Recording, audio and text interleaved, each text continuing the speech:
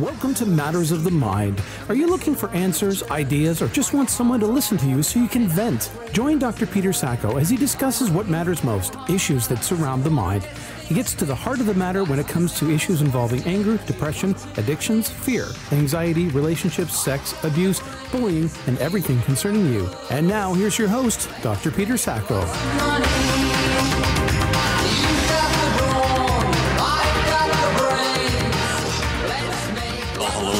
Welcome to Matters of the Mind, managing your relationships and mental health issues or good issues. I'm Dr. Peter Sacco. The doc is online, and with me always is my co-host and producer, Todd Miller. How are you, Todd? I'm doing really well today. Well, you know what they say. The holiday blues are kicking in with the holiday season, which is kind of interesting. Everybody is so excited about the holiday season, but yet a lot of information is coming out that is saying that holidays can be the most stressful times, and in fact, lead to a lot of anxiety and depression and holiday blues. You know, there's a lot of expectations around delivering all the perfect gifts for your family, you know, spending the right amount, making sure that you're spending as much as other people are spending on you. There's a lot of stress and pressure. And I'm sure a lot of people just want the holidays to be perfect. They want it to be a postcard Christmas. It looks all fine and dandy, you know, on the TV and, as you say, in the postcards. And over the next couple of weeks, folks, because I've had a fair number of emails in regards to the whole holiday blues, how am I going to survive these times of being possibly depressed or wanting to choke the heck out of one of my in-laws at the festive table? Or, Pete, one question, do you believe in the Festivus poll? You know, the famous Festivus poll from Seinfeld, Todd, you know, airing of the grievances? I can honestly say I did not see that. Oh, it's one of those wonderful things of beauty where you pull out a steel pole, you bring it out to the festivities, and then you tell everybody that you don't like or you have an issue with what's wrong with them. Okay, great. Perfect family therapy. And with that said, because we're talking about depression, I thought in this segment today, we would talk about something really, I guess, kind of provoking when it comes to depression and how bad it can affect us. In fact, it can affect people so bad, all walks of life. And over the years, being an addictions counselor, therapist, teaching this for almost 20 years and working with, and I will say, some very famous people, some not so famous people, people from all walks of life, nobody is, how should we say, immune to feeling depression or letting it affect you in such a bad way. And we've got a guy that's going to be joining us today, and probably many of you know him as Joey Pants. And Joey Pants, real name, Joe Pantoliano, from famous shows like The Sopranos, The Matrix, Goonies, Bad Boys 1 and 2, and of course, one of his favorite roles of all time, I think, Todd, Guido the Killer Pimp in Risky Business. Yeah, been a long time since I've seen that movie, but Joe was also one of my, I guess my guilty pleasure movies would be Eddie and the Cruisers, where Joe had a great role. He kind of stole the scenes that he was in. Yeah, absolutely. And what's really great about this is Joe's got a tremendous foundation, which he's going to talk about, NKM2, which is a really amazing and awesome foundation which deals with not only depression, but the whole stigma around mental health issues. Because you see, Joe will talk about this because Joe himself at one point had addictions to various things. And he released a lot of it in his memoir, but some of it and most of it was related to his depression, especially following the 9/11 disasters of the Twin Towers. Yeah, I'm sure it affected a lot of people in that area for sure. There was and PTSDs probably were at a high during that period as well. And Joe has become, if you want to call him, a great spokesperson for mental health illness, as he would say, a dis-ease, which basically is two words. You are not at ease, but rather you're at a dis-ease. So for anybody out there listening, definitely stay tuned and listen to the man, Joey Pants, as he talks about depression, because it does affect all of us at some times in our lives, sometimes more than others. And with the holiday season coming upon us, I think we got the right man to talk about it today. Absolutely. Well, we're going to pay the bills before we get Joe on the phone. You are listening to Matters of the Mind. The doc is online on Listen Up Talk Radio at talk-radio.ca. We'll be right back. Hi, it's Paul Cavalcante reminding you to tune into the Vinyl Experience on RadioThatDoesn't.suck.com Sundays at 9 and 3. And 9 and 3. Again, on early Monday morning. You follow. 9 a.m., 3 p.m., 9 p.m., 3 a.m. It's a record hop. Well, hello there, and as promised, welcome back to Matters of the Mind, managing your relationships and mental health issues. I'm Dr. Peter Sacco. The doc is in, and as we promised before break, we've got the great Joe Pantoliano on our show. Joey Pants. Hello there, Joe. How are you? Hello, Dr. Pete. How are you? I am exceptional, Joe, and as you know, the holiday season is fast approaching. And one of the big things that does come up during the holiday season is a lot of holiday blues and depression. A lot of people are feeling down. And you know what, Joe? One of the best things that I had gone through and had looked at was your memoir, as well as your documentary, No Kidding, Me Too. Joe, you've dealt with depression in the past, and in my books, you're a great overcomer of it. Can you share a little bit about how the revelation of depression came into your life? Sure. I guess it was 2006. Everything started. The year started out great. Something had changed ever since 9/11 occurred, and little pieces of my past started floating around in my mind, and I couldn't get these thoughts out of my head even when I wanted to. And I had this general feeling of sadness that I couldn't account for. I couldn't imagine it was depression because everything that was occurring in my life was really good, and so I couldn't connect it to anything. I found that I became more and more isolated and numb. I had an accident in 2002, and I couldn't jog any longer. I discovered jogging at 16 years old, and even though I didn't like having to start it, I always felt better for it. And it became a routine when this feeling overtook me. I would put on my sneakers and do a 3 to 4 mile run, and it always worked. By the end of it, I was in a better state of mind. When I was told by my doctors that I couldn't run anymore, I started walking, but it didn't produce the same effect. And I started getting down on myself. I couldn't eat, even when I was hungry. I couldn't sleep, although I was tired all the time. My children and my wife, I didn't want to interact with them. And when I was working or going to events, I had to be on. I had to be entertaining, and so when I came home, I would just crash and go up to the bedroom and jump under the covers. I have a history of heart disease in my family, and also a history of mental disease, but I didn't know that it was a disease. I just thought it was a cultural. I didn't think we were crazy. I thought we were Italian American. And when I went to my general practitioner to get the blood work to make sure that the statins wasn't harming my liver, they asked me, how you doing? And I told them that I felt like I was walking through water every day. And the things that used to give me great pleasure, I didn't want to do anymore.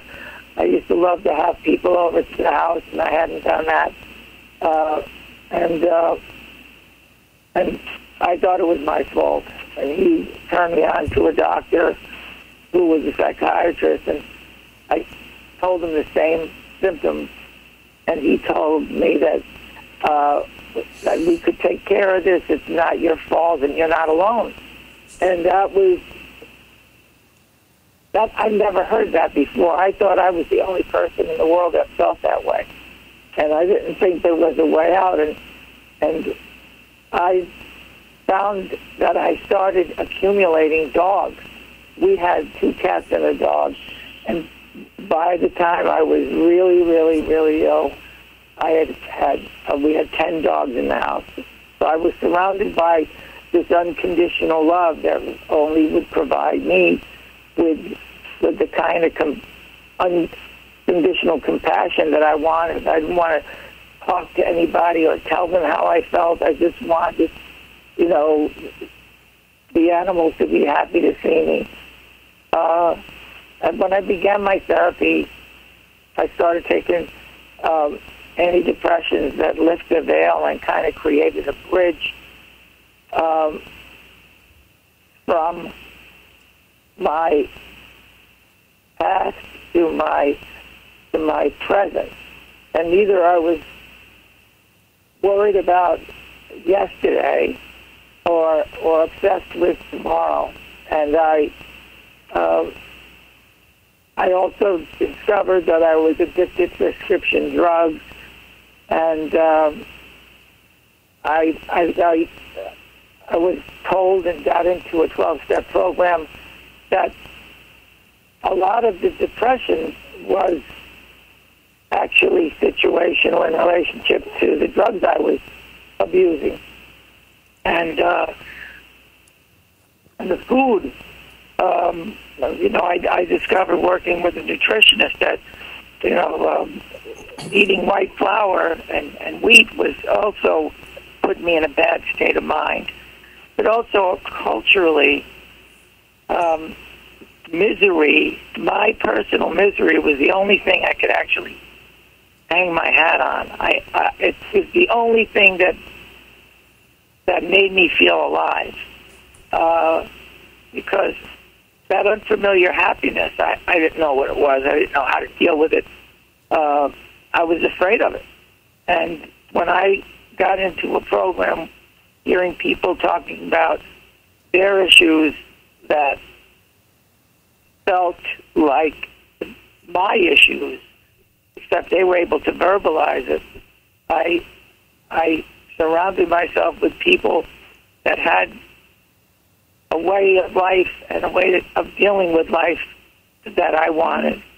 And little by little, things started to get better. So, Joe, I found this as a practitioner, as a professional, dealing with many, many people over, the last 2 decades with depression, that many of them, as you say, you go from antidepressants, whether they be, Prozac, lorazepam, diazepam, the whole 9 yards, MOA inhibitors. Many of them then will say, you know what, the drugs are kind of numbing things a bit, or I just kind of feel off. So did you find that, like, as you say, stuff like food, alcohol, shopping, I came across that these types of things here, they serve as an alternative drug in your world? Yeah, absolutely. There was that, but I wound up calling my 7 deadly symptoms. I discovered that the alcoholism, drug addiction, the obsessive shopping, the overwhelming attraction to risk and secrets was all symptomatic, taking me out of the present state that I didn't want to be in.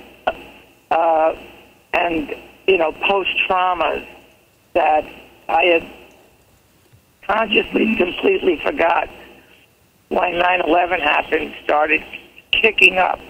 And found that in order to numb my pain, I couldn't compartmentalize my pain. So I wound up numbing my pleasure and my happiness and the love that I felt for my children and my wife. I literally started feeling my heart thaw out.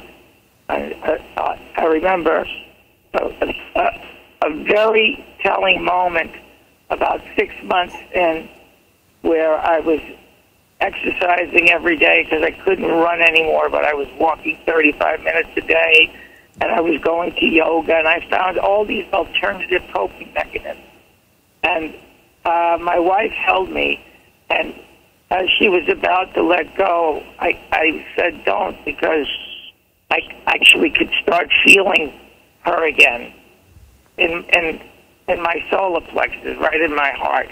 I could actually feel again. And, you know, it was like I lost my smile, and I couldn't find it anywhere.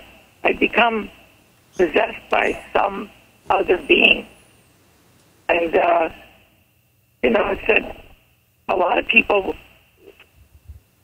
need to be in that state of mind. And it's just like anything else, it's practice.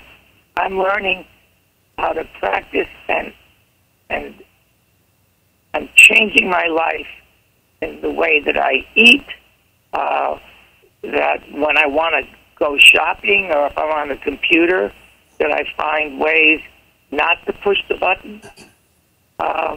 And, you know, it's progress. It's not perfection. These are 60-year patterns that I'm changing. You know what, Joe? Over the years, I've dealt with, I've spoken with actors. Some of them are friends of mine as well as musicians. And one of the things they said that they've dealt with, either their anxiety that weren't debilitated by it, where they could actually still perform, but definitely their depression. And in fact, some of them had said, you know what, Pete? I use my freaking bipolar to my advantage when I'm acting or performing. So did you ever find that the roles that you took on, the characters in the movies that you play, this was your way of escaping your everyday reality and taking on a vicarious person? Oh, yeah. In the documentary, no kidding me, too, I'm talking to Dr. Bob Irving over at McLean Hospital in Boston.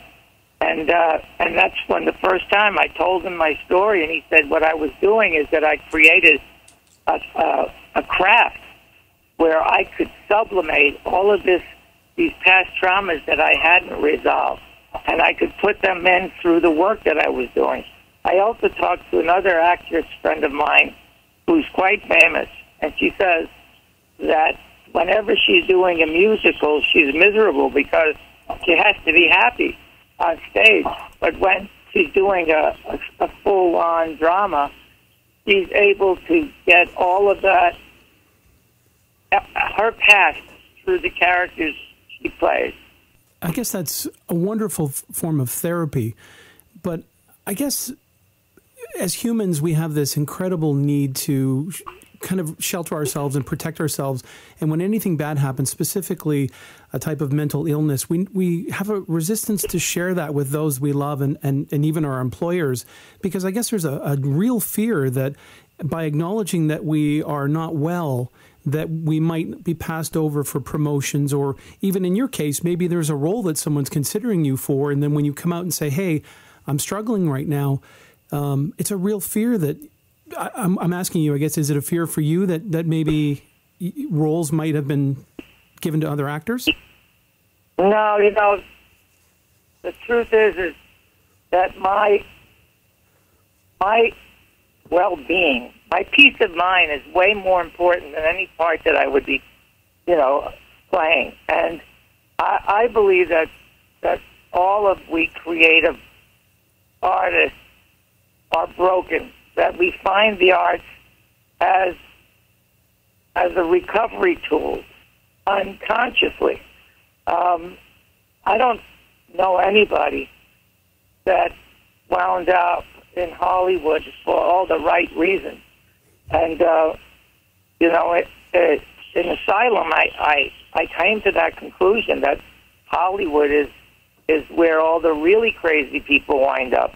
There's a line that I love in My Man Gottfried at the top of the show, the play, where somebody mentions that the mania that's occurring at this party is kind of like an institution. And the other character says, well, you know, the only thing you really need for a nut house is an empty room and the right kind of people. And I think that universally we are all dealing with some form of an emotional diseasiness. I think when in 2008, when all the banks failed, and then they omnipotently told us that they were too big to, and they were able to get a do-over, I think that sick desire to have more is mental. That's a mental disease. I think the fact that 36% of our I don't know what it's like in Canada, but I know that in America, 36% of Americans are obese, and that's going to go up to 50% in 2020. That's a mental, mood, emotional diseasiness. They're using the food to remedy their emotional upset. And, you know, here in America, we are the most overfed, overdrugged. We're manipulated by advertising that tell us that milk makes a body good, when that's just not true. And more and more oncologists are getting out of the cutting the cancer out of the body and into preventative medicine, which is whatever we put in our body, we're finding out we're either causing disease or we're preventing it. You know, that a lot of these cancers come from the emotions that we're trapping inside, that we're not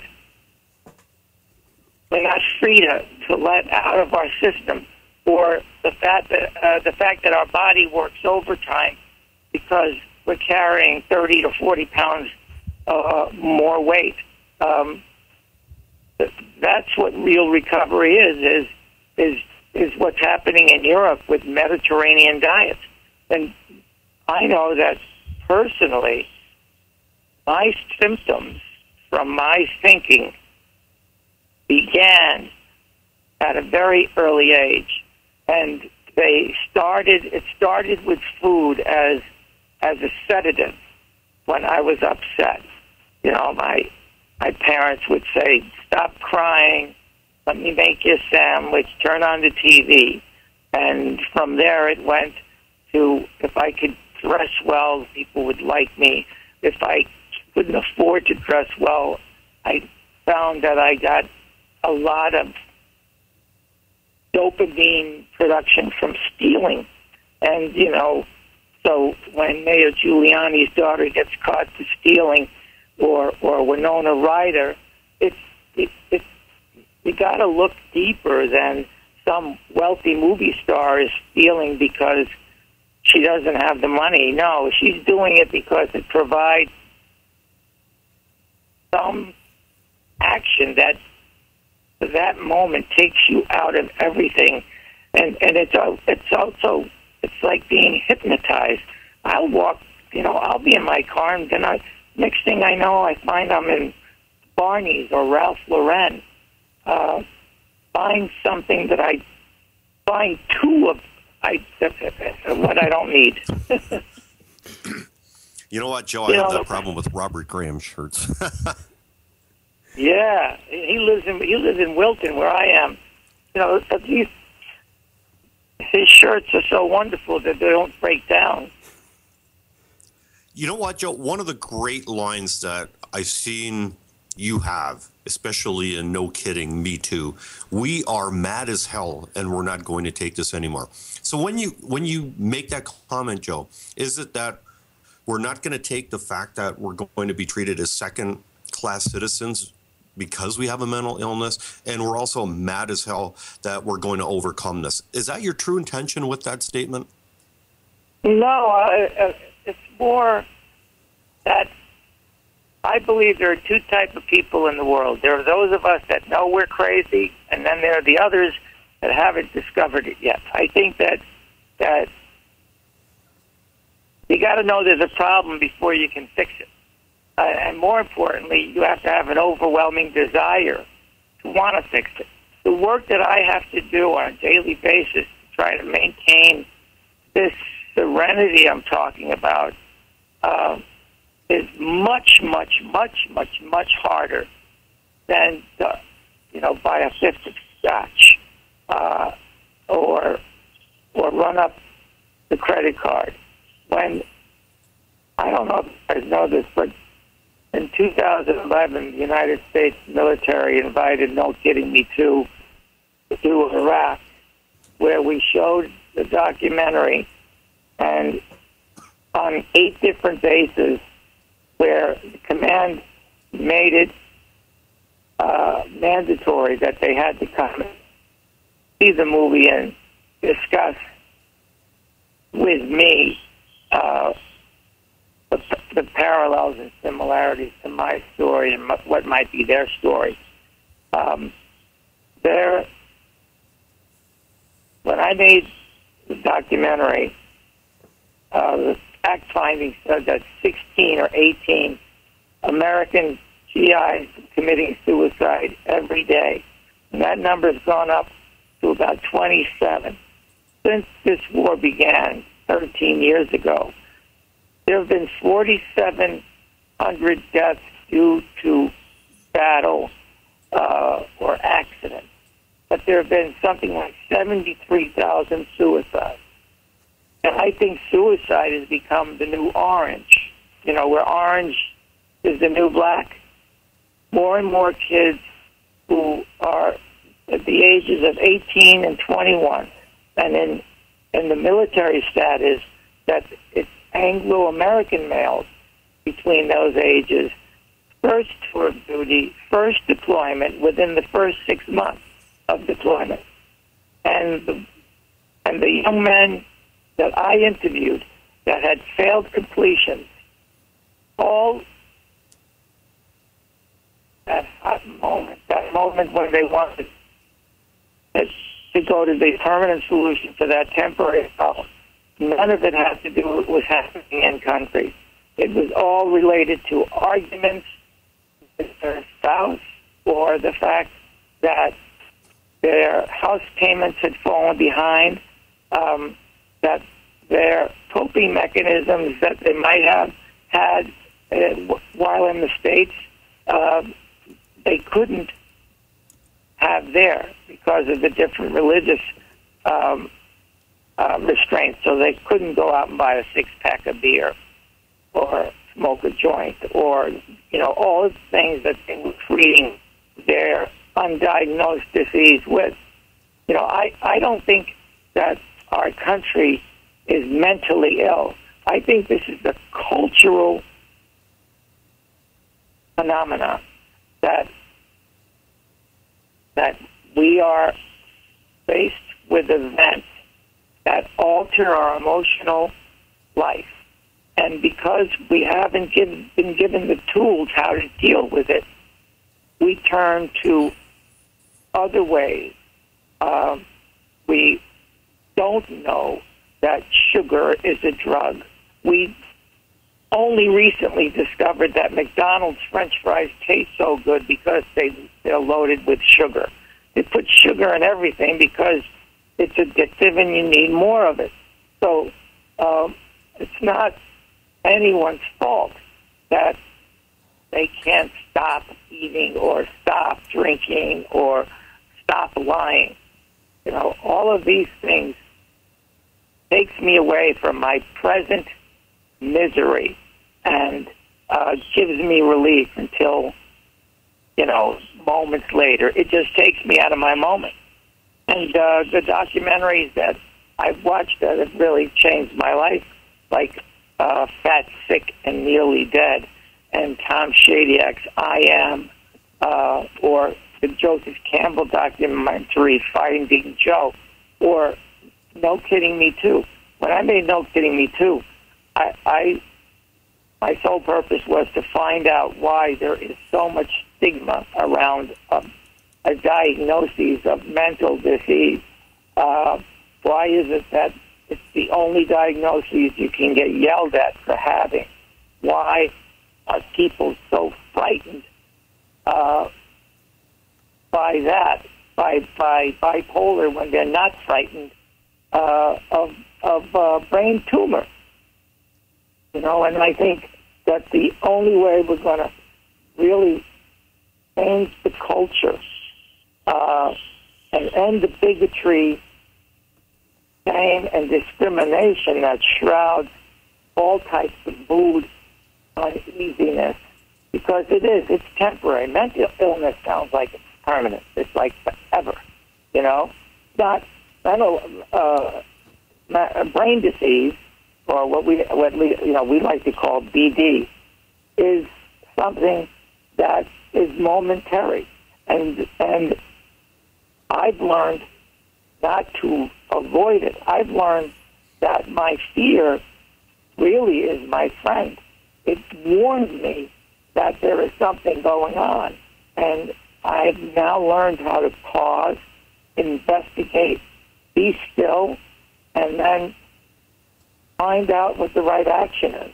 And if that means not going in the fridge with a pint of ice cream, instead putting on a pair of sneakers and walking around the block, you know, it's hard not to be depressed when you're 40 pounds overweight. And you see these people, and they're saying it's the drugs that are making me this, and but the whole, it's a whole deal, the whole picture. You know, like they say, you have to be a picture of health. Yeah, and I guess it's wonderful that you can replace some of those unhealthy habits with, healthy eating and exercise. And I guess you've become somewhat of, I wouldn't call you maybe an expert on this, but you've seen so many people and you've been through the process yourself. Do you recognize the symptoms in others now when you meet people and you get a sense that something's just not right with them? And if so, how do you handle that situation when you've met someone that maybe is suffering like you were?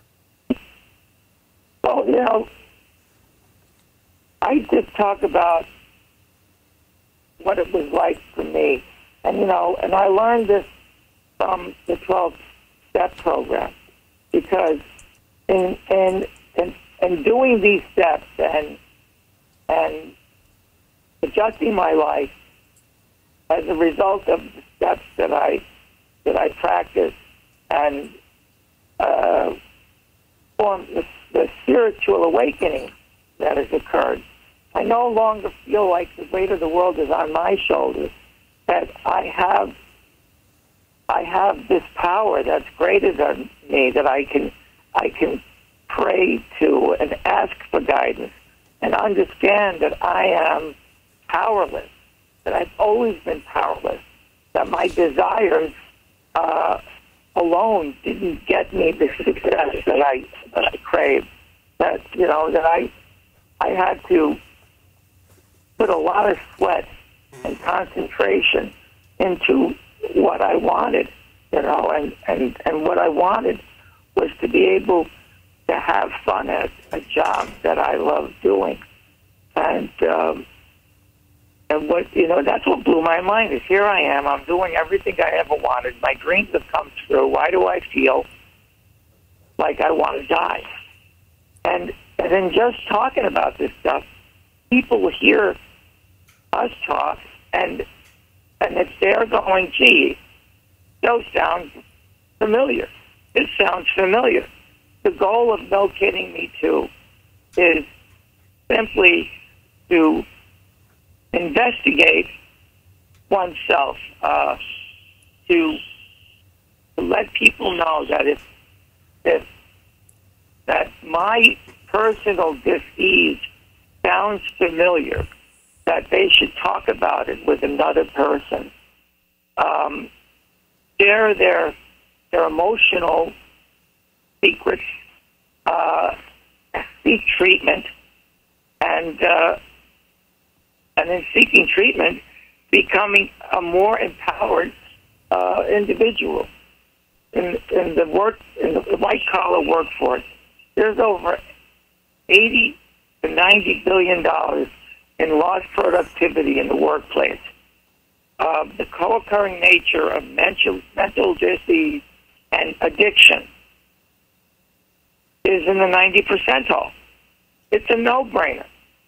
And and why isn't our kindergartners learning about emotional hygiene? We teach our kids how to wash their hands and check for hair lice.